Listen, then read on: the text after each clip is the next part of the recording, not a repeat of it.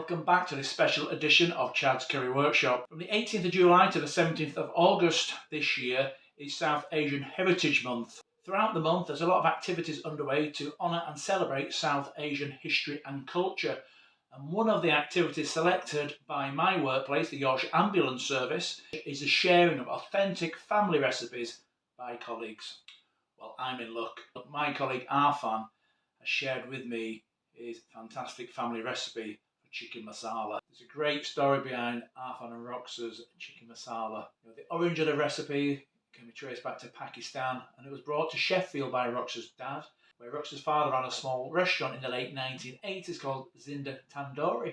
The restaurant business was sold in the early 1990s. However, the recipe has remained a family favourite ever since, and is a regular request whenever Arfan and Rox are hosting guests. Now, I happened to mention Arfan and Rox's lovely recipe to my spice merchant, a guy called Derbydave, who's based in the Midlands.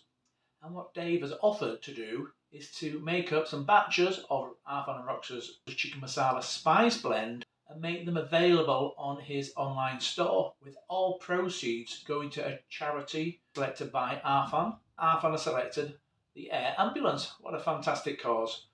So hopefully you'll want to try out Arfan and Rox's fantastic chicken masala. So you have two ways of doing that. You can buy all of the individual spices and ingredients, or you can go online and order from Derbydave's online store, Arfan and Rox's chicken masala spice blend. Okay, so let's have a look at the ingredients and I'll take you step by step through the method. So let's have a look at the ingredients. 4 medium red onions, finely diced, that's approximately 500 grams. 4 cloves of garlic, again finely diced, that's approximately 30 grams. 1 tablespoon of salt and half a cup of water, and that will be stage 1 of the dish. Stage 2, we'll be adding in 1 tablespoon of butter and the lovely spices. We have 1 teaspoon of hot chili powder, half a teaspoon of paprika, 1/4 teaspoon of turmeric, half a teaspoon of red chilli flakes, and 1/4 teaspoon of freshly ground black pepper. 1 kilogram of boneless skin off chicken thighs and drumsticks. I couldn't get any drumsticks today, so I'm using all chicken thigh, and that's been pre-diced by the butcher. Towards the end of the recipe, I'll be adding in 2 tablespoons of freshly squeezed lemon juice. I'll be grating in a 3 centimetre piece of fresh ginger. I'm going to leave the skin on. If you want to remove the skin, just use a teaspoon. You can scrape it away really easily. Adding in 1 cup of warm water, 2 tablespoons of freshly chopped coriander, and I'll be adding salt to taste. Okay, let's get cooking.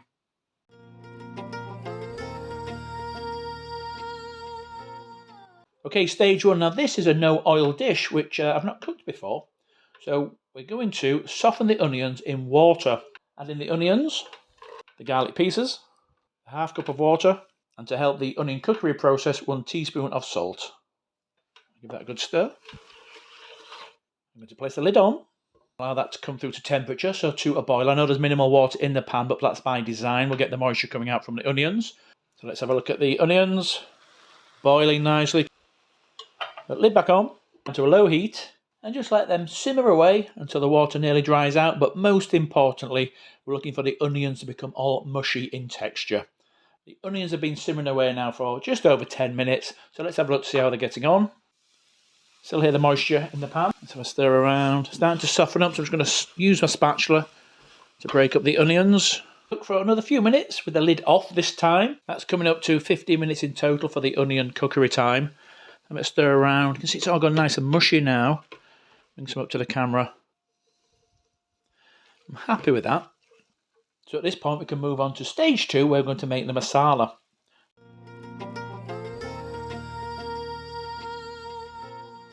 So we'll be adding in 1 tablespoon of butter. Just going to stir that round so it melts through. Ooh, you can smell the flavours already from the garlic, the onions, the sweetness of the onions, and the butteriness of the butter. So that's the butter in. We're now going to add in the lovely spices. So in they go. Stir them in. Nice and mushy. We'll now put the lid back on. And we'll continue to cook on low heat for 5 minutes. We don't want to cook any longer because we don't want to burn the spices. If your onions are drying out completely, then add a splash of warm water, and this will prevent the spices from burning.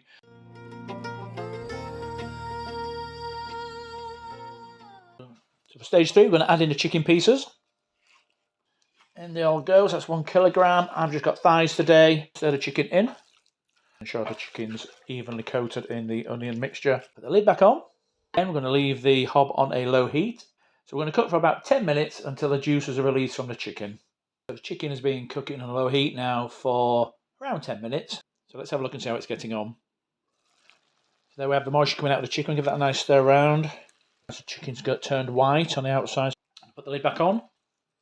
So I've turned up the heat to medium. I'm going to cook for approximately 15 to 20 minutes. We're going to stir occasionally. And during that time period, the moisture will evaporate to leave us with quite a dry dish, at which point we can add in the lemon and grated ginger. So the chicken's been cooking for 10 minutes now, so let's have a quick look. That looks lovely. A nice stir. So in advance of cooking Arfan and Rox's recipe, I had a chat with Arfan about the technique and then the texture of the final dish. So Arfan informed me that the final dish is quite a dry dish. So at this stage, if needed, we take off the lid. We can turn the heat up to high to help evaporate the juices. If you like dishes with a little bit more sauce or gravy, you can always add in some more hot water at the end to adjust the consistency to your liking. So I'm going to leave the lid off now for the next 10 minutes to help evaporate out the moisture. So the chicken's been cooking away for 20 minutes now. Looking rather divine. So it's time to go in with the next 2 fresh ingredients. So I'm going to be adding in 2 tablespoons of freshly squeezed lemon juice. That's 1. That's 2. Lemon is a great ingredient for tying together the various ingredients in a dish. Really makes a dish more than the sum of its parts. So next thing I'm going to be adding in approximately 3 centimetres of ginger, skin on. Remove the skin if you like. I'm going to use my coarse grater and just grate away. Careful with your fingers. A little bit of skin left, I'm not going to put that in. Stir in the ginger. Instantly you're getting those new aromas transforming the dish. So we're now going to cook on a low heat. So we'll cook for 5 to 10 minutes, at which point we'll check that the chicken is fully cooked before moving on to the final cookery stage. What you may have noticed, I've started to prepare my chapatis or my rotis. Give me a quick turn over. Now, I'll let you in on a secret. I'm actually cheating. So in the supermarkets or in your local Indian grocer, you can buy frozen wholemeal chapatis. Take about 2 minutes either side. Not as good as handmade. Okay, so we're at a really important stage in the cookery process now. We just need to double check that the chicken's cooked. Lovely piece of chicken. So what we're looking for is for the meat to just fall apart and for it to be lovely and white in the centre, and that is, I think I'm going to have a taste. Oh, wow. Wow, buttery, gingery, lemony. Oh, that's gorgeous. Wow. I can see why that was a restaurant and family favourite.